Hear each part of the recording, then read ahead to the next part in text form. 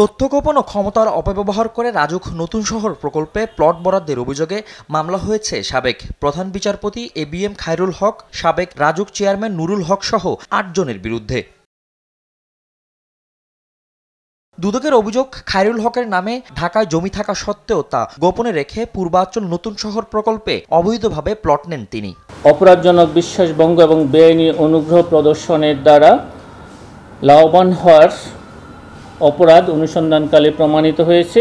ABM Khairul হক, সাবেক প্রধান বিচারপতি বাংলাদেশ সুপ্রিম কোর্ট, জনাব প্রকৌশলী মোহাম্মদ নুরুল হুদা, চেয়ারম্যান রাজুক সহ মোট ৮ জনের বিরুদ্ধে একটি মামলা রুজুর সিদ্ধান্ত গৃহীত হয়েছে। এদিকে ভুয়া কাগজপত্র তৈরি করে ৩০ কোটি টাকার ঋণ অনুমোদন এবং আত্মসাতের অভিযোগে বেসিক ব্যাংকের সাবেক চেয়ারম্যান শেখ আব্দুল হাই বাচ্চু সহ ১৭ জনের বিরুদ্ধে মামলা করেছে দুদক।